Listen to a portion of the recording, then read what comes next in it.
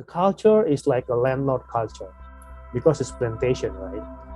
It's like a very old traditional culture there, and then you cannot convince them only by using numbers. And I need to understand the way that people doing things in plantations that is actually very personalized.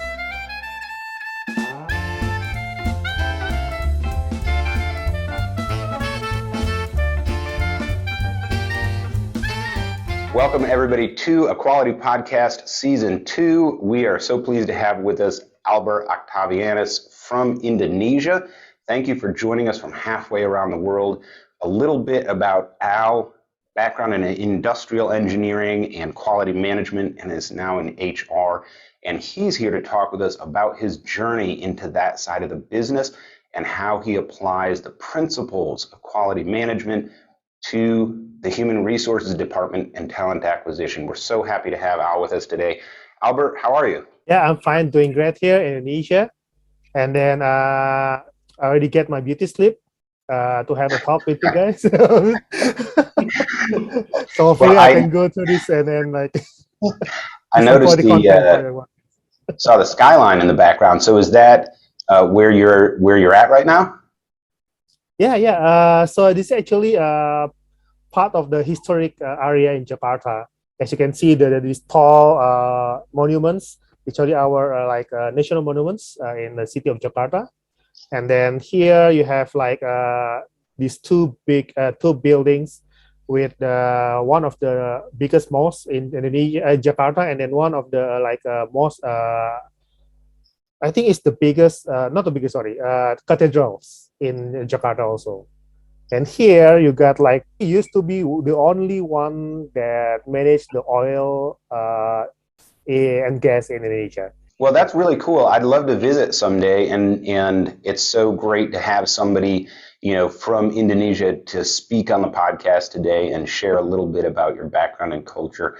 So why don't you tell our audience a little bit about yourself and the journey you're on? Thank you, John. So, like you mentioned previously, that my education background in industrial engineers, and I focus on the quality management part. Well, the traditional ways doing like a professional journey at that time, especially in my country, we have like these traditions, well, quote unquote traditions, mostly for some people there, educated people, that we're trying to put, going into the same, the same track related to our backgrounds. I mean, that's the traditional way of creating a career. I mean, maybe 20 or 30 years ago. Even until now, some people still doing that. So after I graduated from the industrial engineer backgrounds, and then I tried to do that kind of career. And then because my thesis, and then actually even my dad is going into the same same track of the career as engineer.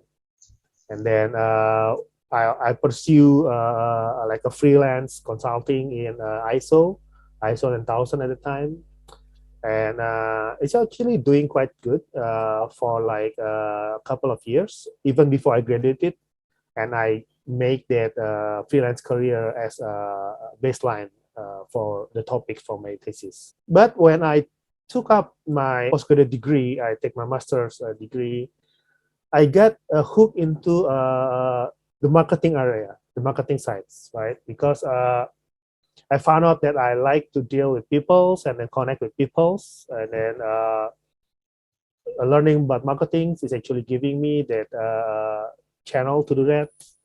So I tried to pursue actually the career marketing.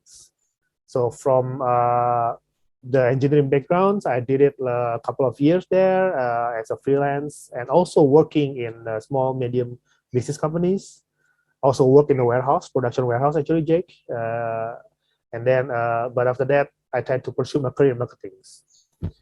That didn't go actually quite well, marketing area, because in around 30 years or 20 years ago, marketing in Indonesia is still like synonymous with, with sales.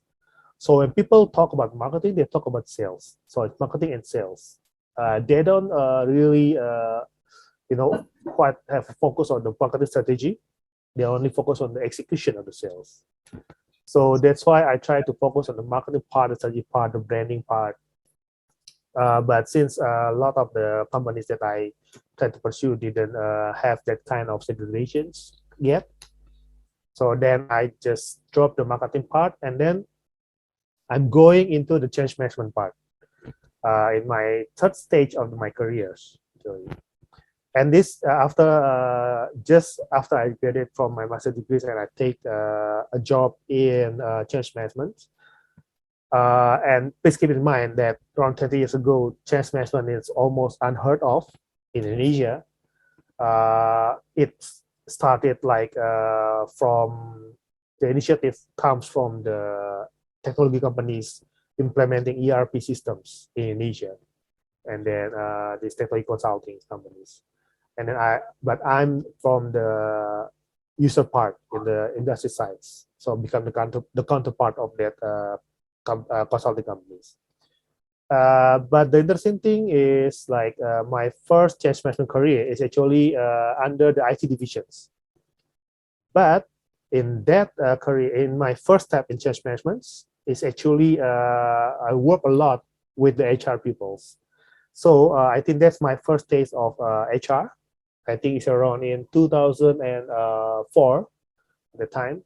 And then gradually I work my way into the change management part, working with HR guys, HR peoples. And then I dabbled a bit again in business development or marketing, but again, doesn't work that well. When 2008 global crisis comes, and I switched career again into change management. We thought it's actually not by design, but actually they opened like when after I tried to find a new career, but the change management was there, so I changed it again into change management, and it's under the HR part. So I think from there, my career is going on until now, related to HR and the change management. Well, that's a fantastic journey and gives you a broad base for really assessing where you're at. And as you look at a business and how they're operating, you have a very large tool set to sort of look at and pick from in order to execute well. And I really like the aspect where change management and HR go hand in hand. One of the things that I've found in my career is that the change management initiatives often lack a close connection to the talent management part of the business, so that when change is introduced, it's not integrated into the onboarding. And in fact, we had a good conversation with Marnie last week about this very thing. So what did you find when you started working with the human resources group? Was there a large gap between the change management planning and how HR was onboarding talent?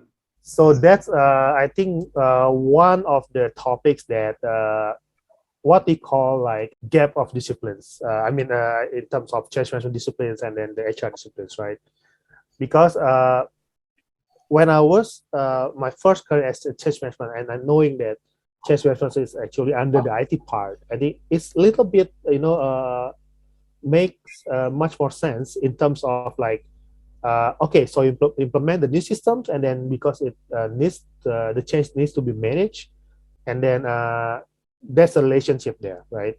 And then, but like I said, Jot, when I move into the change under the HR, yes, there's a little bit of how you say, but I'm not going to say it's a gap, maybe the discrepancies, because saying that there are two perspectives here, mostly in Indonesia, about change management, right? They were saying that, oh, so you're the soft part of change management or the hard part of change management. The soft part is mostly dealing with the people, and then how you change their mindsets, how you change their perspective, everything like that. Mostly using the communication and buy-in strategy, everything else. But the hard part, you're trying to convince them using a tangible, like tangible benefits, tangibles, KPI, something like that. So that's why actually my quality management background works great in both areas. First of all, in the hard part, because I'm trying to convince the people, the easiest part is like, okay, so you know what? If you implement this project, your process time can reduce until this, right? And it makes much more easier when people can see tangible things. But on the soft part, I think this is the part that you're mentioning, John, that there's a little bit of discrepancy there when you're trying to okay, you try to have a buy-in for the peoples, but on the other side, it's like, what about their skills? How about their skillings, right? Because when people already accepted that, okay, so I want to change. Now I accept the change, right? I accept the initiative. But what can we do to make it less painful for them? Now, this is part of the change management that actually a very important part. But sometimes most of the change management practitioners or even the consultants take it for granted. This is something that we call the change impact, right? And we have what we call the change impact analysis. Now, from the result of the change impact analysis, you can divide it like the people, process, and technology part. And the people part is actually like, okay, if you change this process, you change policies, what kind of impact they will impact to your people and organization and the structure, everything else. Now, this is where the talent management part comes in. So I think there are some, not some actually. I think a lot of change impact analysis results actually have the impact into the talent management. But how you're going to follow it up, this is where the HR people comes in. This is how change management have to convince not only the users that be impacted by the change, but also the HR. For example, like maybe you have a project in the finance department, right? Maybe you have to change their, the way they do budgeting or something like that, and then you need a change management there. But the HR people doesn't get involved in that project because of you saying, okay, you're not my stakeholders. The stakeholders mostly are for the finance divisions, right? But when you do the change impact and you know that, hey, if you want to change the way they do budgeting, I think you should have them upskills in their talents or the reskill into the talent or new certifications. Now you go to the HR part and you convince them saying that, hey, HR people or like the L&D people, learning development people, right? You know what? Your finance department really need the certifications. Have you already included in your curriculums? Or like if you have a new onboarding for new candidates in your companies, do you already consider that they need to have this kind of certifications, or they or like you can go and then talk to their supervisor saying that, okay, we're going to take like 1 month or 2 months of your new onboarding or your new candidates before he or she can work perfectly for the certifications. Now, these kind of things that that hopefully can close their discrepancies gap. So yeah, I am thinking you have a very, very big battle in front of you. Is generally the HR person like is the enemy? They're the person I'm trying to stay as far away from, like period, no matter what. So what is your approach to I need to convince somebody to change from Y to X? How do you go about doing that? okay, so yeah, I think it's a global perspective, right? I mean, some of the HR, I'm not saying all, like, but some are the HR people are considered like the enemy of the states. So I call it. Yeah, because yeah, okay. For me, I mean, like when I talk about change management or HR, right? Because I've been in those two positions, right? And then even in intermittently, I mean, like in one company I have to wear my HR hat, and then after in the project I have to wear my change management hat, something like that, right? So I taste the best of both worlds and the worst. And then when you're saying that HR have to become like maybe some of them become the enemy of the state because they have to become the bridge, right? They have to become the face of the company, but they have also to accommodate the needs of the employees, right, for the employee engagement. But saying that, when you're trying to make people change from A to B or C or T, and then I think the first thing that we need to keep in mind is like, are we going to change their mindsets, or are we going to change the way they work? So these two are the things that even in the change management world is still like a little bit of divided view. I mean, not all, but I've met some of change management practitioner, HR practitioners saying that no, in order for people to change, you have to change their mindset first. And I'm saying that no, in order for people to change, you have to change the way of working first and their behaviors and their habits. Then you can change their mindset. So for me, I think I've worked using both strategies, and then but all I can say is like the second strategy, like you have to change their behavior first or the way they're working first, works a little bit better than trying to change their mindset first. You know what I'm saying? Because like yeah, Interesting. Yeah, do because tell. yeah, I mean because like if you build your behaviors, it's come from like repetitive habits, right? And if you do a new way of working repetitively, it got ingrains in your like a muscle memory. And then it's going to impact also with your mindset. So sometimes you did it because just like a muscle memory, something like that. But this is for maybe like, because change comes in three arenas, right? I call it 3H, like the head, the hand, and the heart, right? And then you try to focus first. Like if you try to focus on the head first, the mindset first, sometimes you have to go into what we call the logic war. So you have to challenge their logic, why you don't want to change, something like that, right? But if you try to change their hand first, it will impact their heart. If you can do both, like the way they work, the way they have do the things, the habits, and then you can influence them emotionally. Then the last one, the head, is the last thing, and then it's like much more easier, the mindset part. And saying that, one of the things that, for example, I give you an analogy, right? Here in Indonesia, we are trying to create like a new habit. Like every time you go into a building, you have to wash your hands, even outside, before you enter the building, right? And then not all the people are doing that for sure. Uh, and then even me, guilty as charged, because sometimes I want to wash my hands, like, oh, I have to touch the knobs. No, thank you. And then like, where are this water coming from? And that's the quality management John, again. zoom in on those unwashed hands. Zoom in on them right now. Because that's the engineer in me talking, right? Where the water coming from? Is it clear? Is it filtered? And then and then I trust my disinfectant spray better than those waters, right? But actually, because they provide the soap, everything else. Now, but the thing is, you have to nudge them, right? You have to nudge their behavior, uh, become repetitive behavior. So this is where you have to influence not the people who are trying to get into the building, or the mindset that, oh, you need to be clean, you need to be safe and everything else. But you have to work with the ecosystem or the infrastructure. They're actually pushing, nudging the behaviors. First of all, like the securities, people are waiting at the gates, right?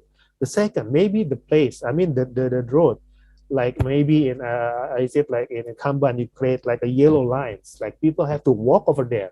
If you want to go in the building, you cannot go another way. You have to walk over there.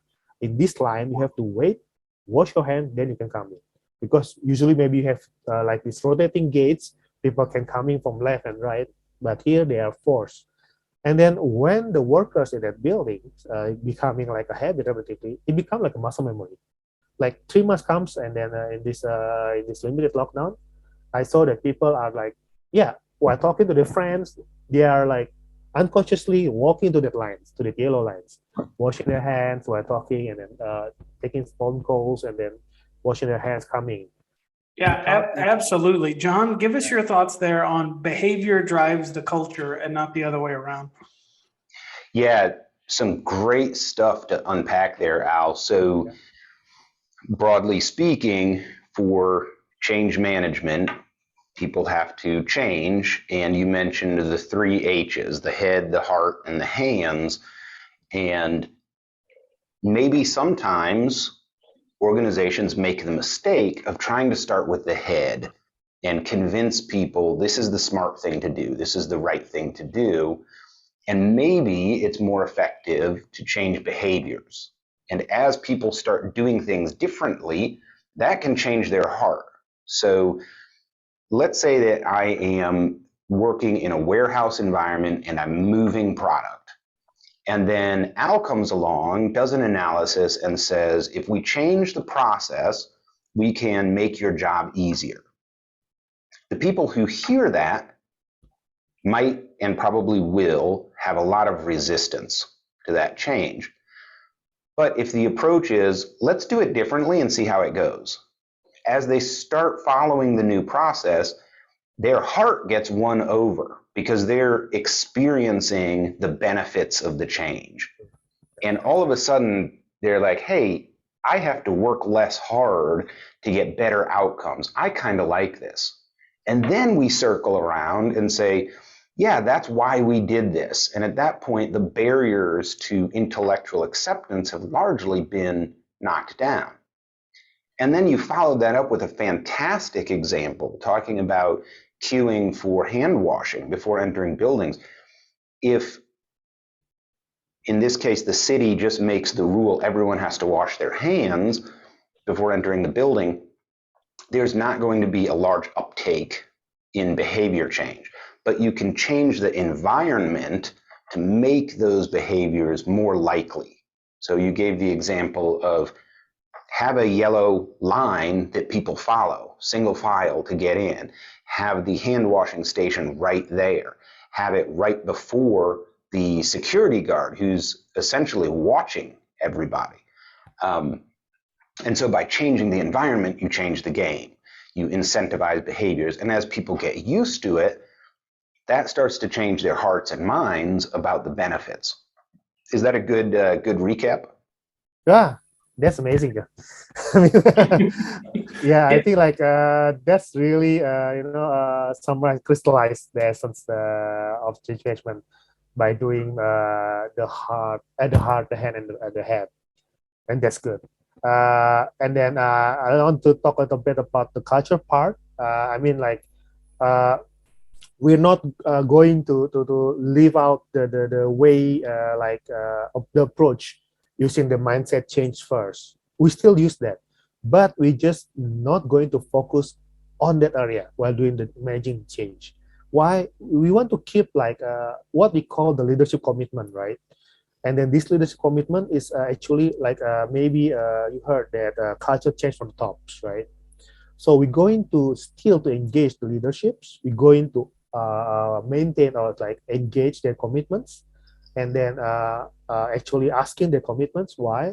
Because in every change initiative, there are always like what they call the depression failures in the curve. What maybe we call the Kubler-Ross curve. Like you're going up and then suddenly when you face a change and then you're going into like this deep depression and going up again, right? The curve. So when we're going into the depth, because if you want to change, and it's a major change, then you might experience the pain at first before you're going up and then rise again much better than the previous part, right? When you go in that pain or you experience that pain of change, that's where, besides using the behaviors behaviors engineering, we're going to use the leadership support to maintain, to lessen the impact of the pain.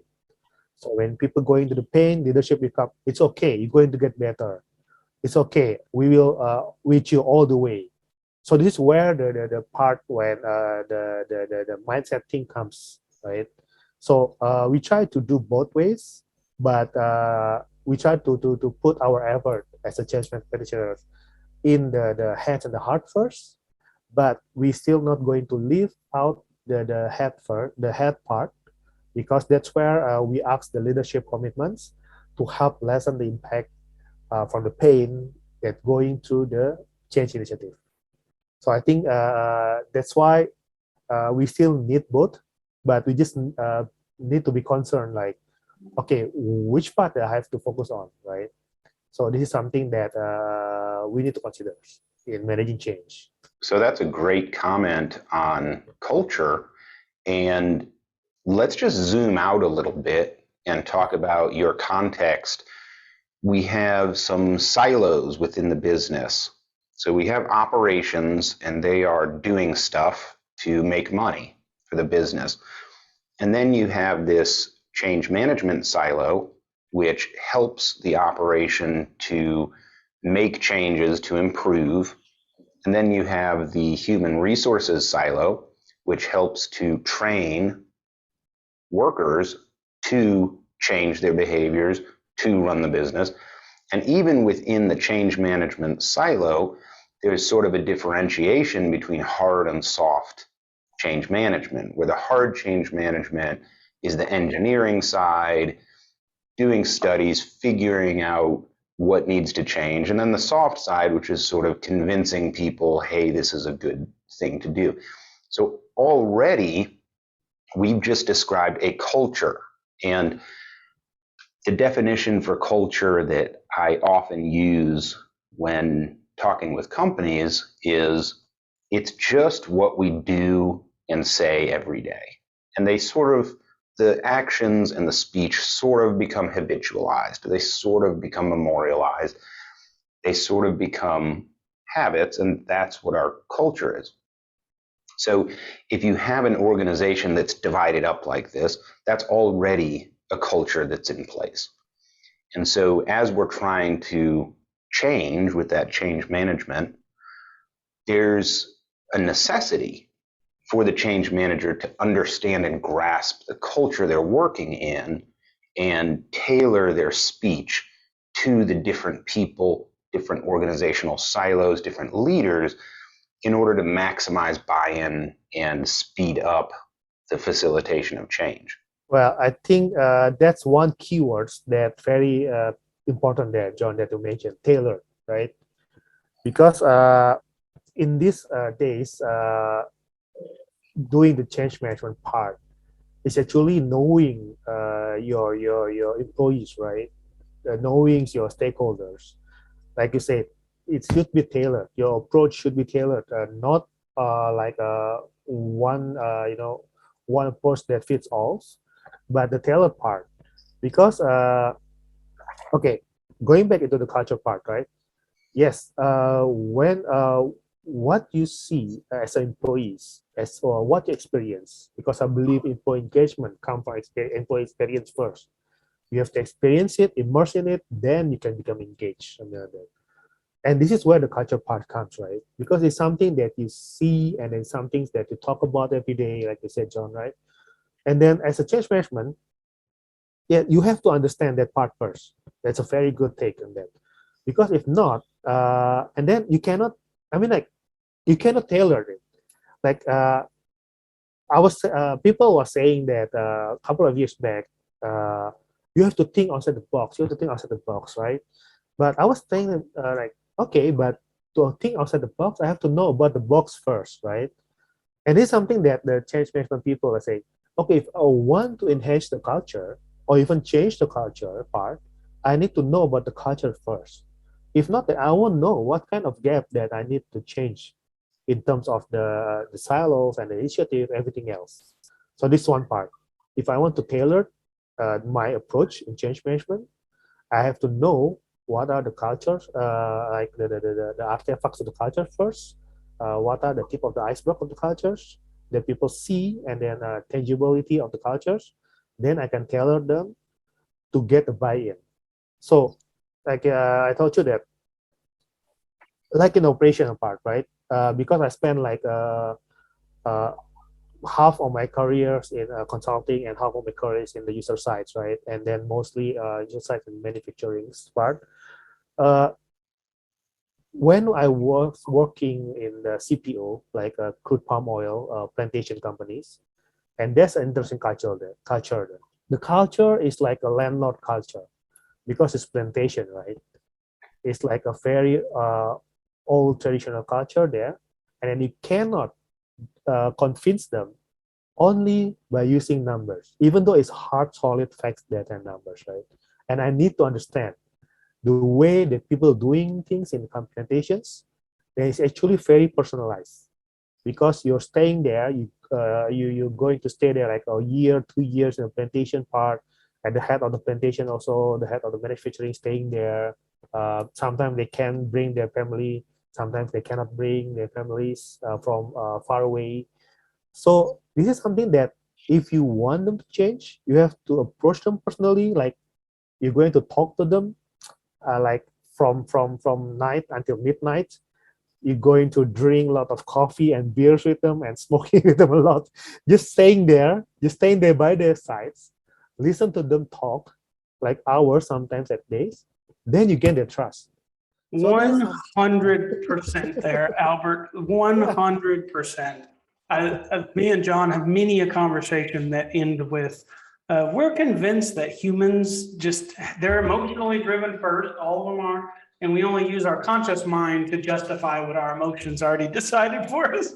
And we're working backwards to figure that out. We're going to cut to a brief commercial while John and I practice your last name. Octovianus. Octovianus. Just Octovianus. without the anus part. Alberto. Alberto. Yeah.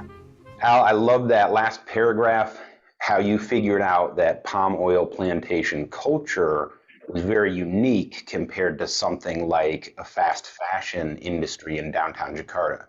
And I have to give you a compliment. I'm really impressed with the level of emotional intelligence that you're bringing to the change management conversation. I think that sometimes I've seen that missing, and it's a critical element to facilitating change effectively and rapidly. Thank you, John. Yeah, that's the thing, right?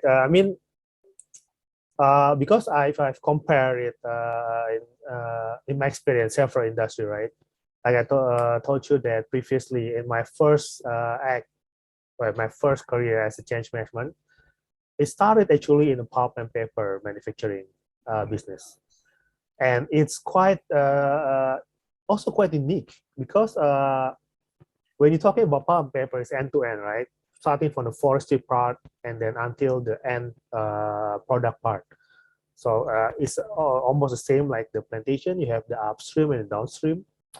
But so when I go through all of these mills for the pulp and papers and doing the change management part, it's actually not only for the system implementations part, but we try to do what maybe nowadays people call lean organizations.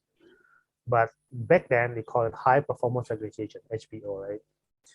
Now, please keep in mind, again, like 20 years ago, when people talk about lean organizations, it has a little bit of a bitter taste on it because when people saying lean, people will think about like efficiencies, and then people will think about related to the things like layoffs of the jobs, everything else, right?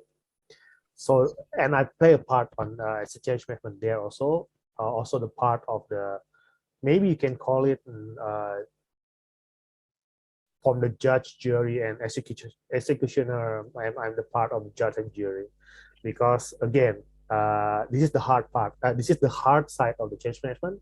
I have to convince people that, okay, you can have how many FTEs efficiency if you improve this business process, right? But we talk about FTEs, the productivities, right? That's not headcount. I have to convince them to the top management levels, even though they are still trying to say that no, it's headcount. No, it's this productivity is not headcount. It depends on how you move this productivity around your companies, and then to achieve better productivities, but still becoming lean organizations. Now, that's the hard part in terms of literal terms and then in terms of the hard side of change management. But saying that, then the pulp and paper companies, even though they have the upstream and downstreams, in the downstreams, the manufacturing sites already have like very clean cut segregations in each of the departments, right? You have the paper rolls, you have the confection, the cut papers, and then you have the raw material, the pulp, everything else. And then from there, going into the palm plantations sites, I mean, the way you approach them, like I told you previously about the heart, the hand, and the head, the emotional part and then the hand part, they have like a silver lining actually. But why it's becoming much more challenging in the hard part? Because while in the pulp and paper business, where they're building the plants, they're building the mills or these paper mills, usually people who work in the paper mills are the people from the surrounding areas. This is why in Indonesia, right? And people work there for years. But in the plantation part, sometimes the people who work in the plantations coming from faraway islands, from faraway countries, not country, well, country actually, with people from Malaysia, from Singapore, everything else. And then this actually impacts their emotionally, right? Because like I told you, going away and then for years, longing, sometimes they have families in other sides of the islands, everything else. And then they only can go back like couple of months, like couple of weeks every couple of months, something like that. So sometimes you need to put that into considerations when you're doing this change management part. And then when you put like the list of the impact for the organizations, you have to put some notes there saying that, okay, this person, this head of plantations is resisting because he actually experiencing more than 2 major changes in his life right now. Besides our projects in the departments, in his departments, he also experiencing like maybe he has a family sick, far away, and then he has to move, or like he has to move all of his family to this new city because, but still quite far away from the site of the plantations. So this is something that, again, the emotional part, the hard part, right? And then that's related to the hand part, how you can nudge his behavior. How, and then that's why I told you all that we need to empower the leadership commitment, saying that, okay, we understand about your hard part, your emotional part, then you can nudge your behavior part. You can do these things safely. You don't have to worry about your family because you can cover all your health expenses, something like that. Now that's come from the leadership. And that's where the culture comes in. Yeah, Right. and I think that it's almost a necessity that you come to terms and know what your people care about, and you care about what they care about. Like you have to if you're going to start to judge that. And moving the hand and heart becomes that much easier when you actually know those things that matter to them. Yeah, well said. Yeah, and to go along with that, I think that's common in a lot of industry where any attempt to improve efficiency is seen with some suspicion by the people doing the work because they want to know who's going to get fired. And you mentioned lean having a bad taste in some people's mouth. That's true to this day. And when I talk to companies, I don't usually market myself as a lean implementation expert, but rather as an operational excellence consultant. I can help you get better. And I'm going to use the tools from Lean and Six Sigma and theory of constraints and these other theories to help you get better. But what I'm not going to do is turn you into a lean organization, because most organizations already have a business operating system, right? And for the employees doing the work, it's scary. It's just scary to hear if we change the process, we can reduce the FTE requirement by 1.5. And so then the whole team is standing around going, who's the 1.5 people that are going to get fired? Right? Now, that's absolutely the wrong way to do lean, right? The correct way would be, how do I free up that 1.5 FTE to do a different value-added activity. And this is where I think there's some confusion. Lean, in particular, is a growth strategy, not a cost-saving strategy. And people don't understand the way the tools are supposed to work. But what I can tell you is the first time you have any kind of efficiency savings project, whatever you call it, and you fire people, you're never going to get buy-in ever again for any change until every single person on that team that experienced that has left, because they will fight it tooth and nail. Yeah, true. Yeah, I agree on that, John. I mean, like, I think lean and clean organizations, well, I'm not talking about organization, process, everything else, right? Should be like the embodiment of like Jake here with the lean and sleek body, I guess, right? Thank you very much for that comment. That actually, Yeah. that's very very deep, and I really appreciate that. Thank you. Yeah, thank you, Jake. So, yeah, I mean, but you know, again, while doing that, like you said, John, I mean, like whatever you call it, right? It's the way how we approach it, right? And then how we convince the management, how they approach it. Because sometimes, like, I think you or Jake even like already experienced this, like when you comes in, like a management already like asking you to help them, right? As a outsider or like the third party coming in, helping with their companies, with the operational excellence, everything else. One of the things that I also experienced is actually not doing the project itself, but it's actually convincing the management that, okay, we're on the same page here. Are we? Are you sure we're on the same page here? That's the thing, that they first come in, even before the kickoff, we're doing the pre-kickoff of the project, and they say, hey, top management.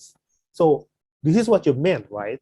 By our proposals, we meant this, and then we have to remind them again, because sometimes they only like saying that, oh, okay, I know John and Jake by name, and I believe their capabilities. That okay, just come in and then do your thing, right? Do your magic.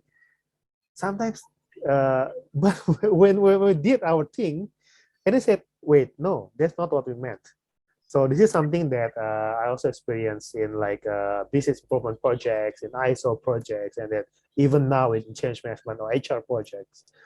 I mean, the first thing is like, again, back then, yes, culture might be more into the how people perceive how they work, what they see or what they hear mostly every day they work, but most of it will be driven by the perception of the top management, the founder of the companies, and then the direct BODs levels, cascading down into the working levels, right?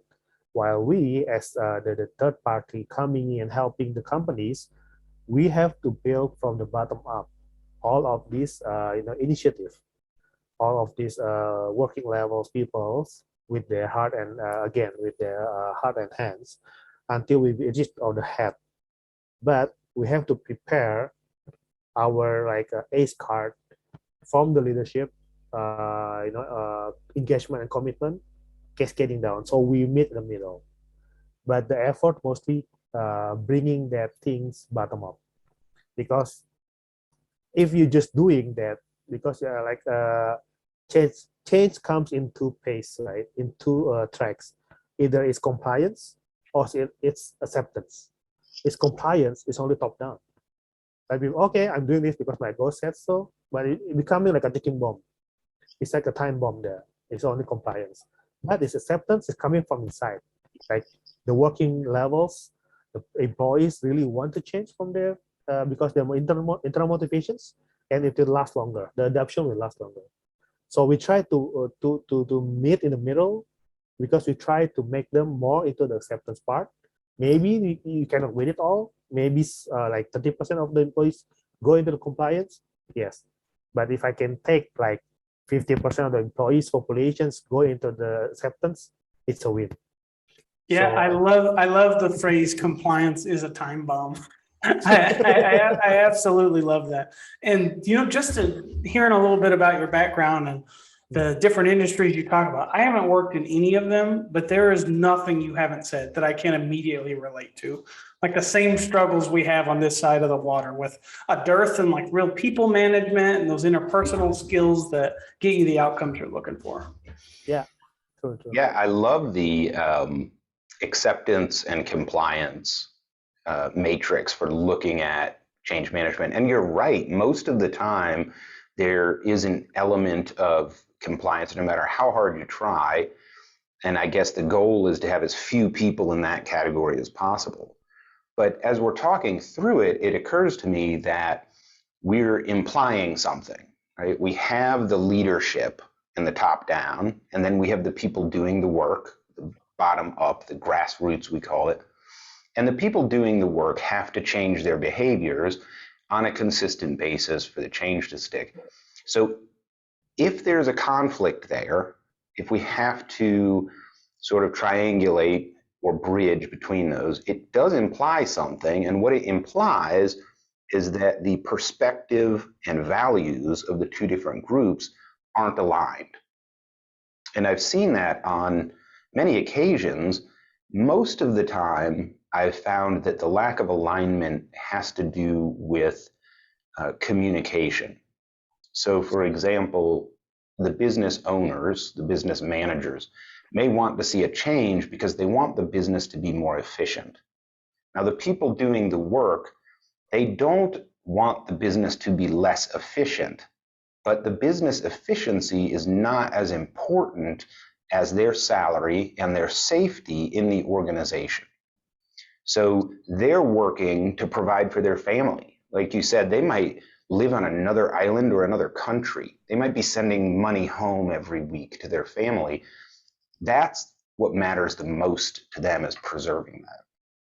And so if we can find a way to translate these business objectives into things that the people doing the work value, we can speed up the rate of change. Yeah. True to that, John. Communications, yes. So these are the things. One of the tools of the change management that's quite critical. But here's the thing, right? There's always two sides of the same coins.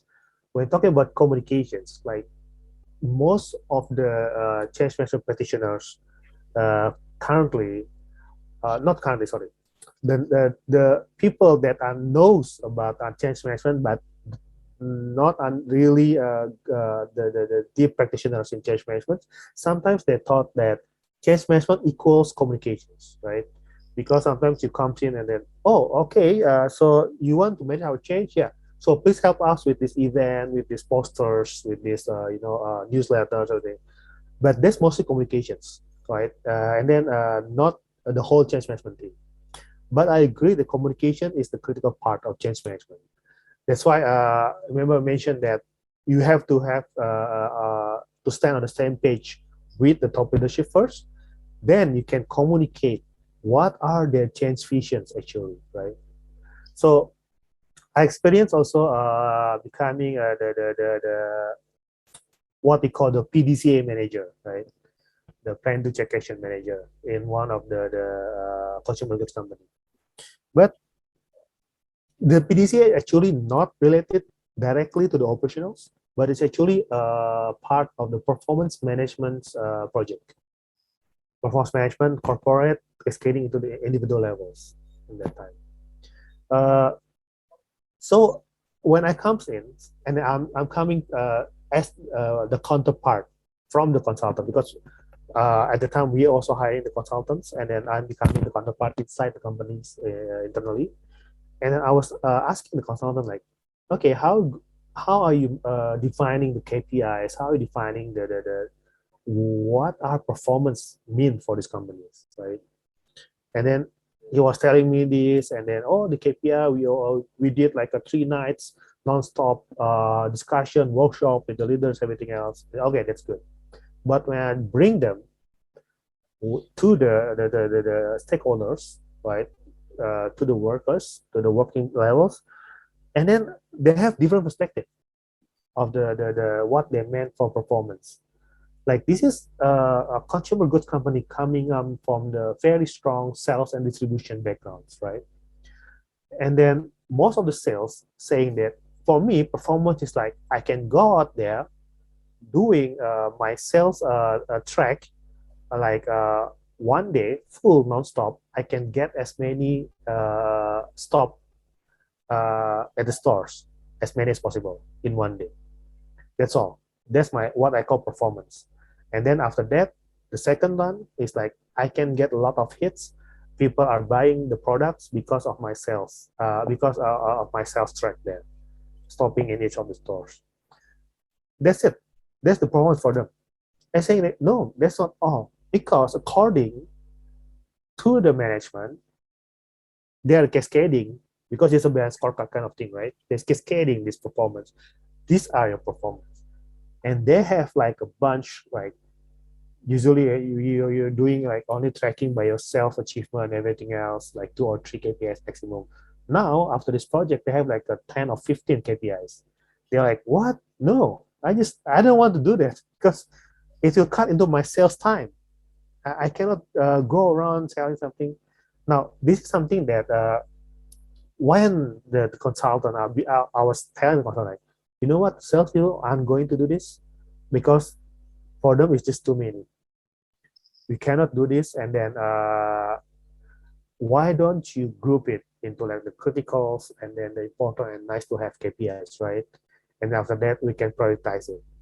And then that's what he did, and then yeah, and then fortunately it works. The resistance is little by little is like decreasing. It's still there, but it's decreasing. And then yeah, I mean that's just to show you that even though we're using balance scorecard, everything is cascading and then doing communications, but if the change visions and then the are not on the same page until the working levels, the resistance will always be there. And it again, a ticking time bomb. That's a great word, Al, and I really appreciate the depth of knowledge and experience that you've brought to the conversation. I think a lot of our listeners have to deal with change management a lot, and I think you've brought a lot of value to us and to our audience in some challenges that you've faced, that we all face, and how to handle it, and a healthy philosophy for dealing with change management and getting the results that we need. As we wrap up the episode, do you have any encouragement or words of wisdom for our audience today? Managing change doesn't have to be a work or a job for change management practitioners. I mean, I think we all did it. Like you, John, Jake, also in any kind of industry, any kind of job, you will need to equip yourself in ways to manage change, right? Because every day we also face with change. Maybe we don't really, think about it because we do it like again because it's like a muscle reflex. And then maybe like, oh, it's a traffic jam, you have to change your route. Or that's managing a change, right? Small things like that. So if you do that, just remember that it's always involved the 3H, right? So you have to maintain the emotional levels. You have to also understand about the physical levels, the hand, but how it can affect also your mind and your mindsets and all these doing things and accepting the change and manage it.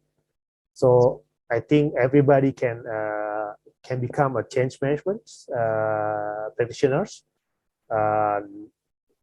Just have a faith in yourself. What a great word, Al. Thank you so much for joining and sharing with us today, ladies and gentlemen, Albert Octovianus. Be sure to connect with him on LinkedIn. I've put the link below. And we are thankful that you joined us this week. Goodbye, everybody. Goodbye. Thank you. Thank you. Bye.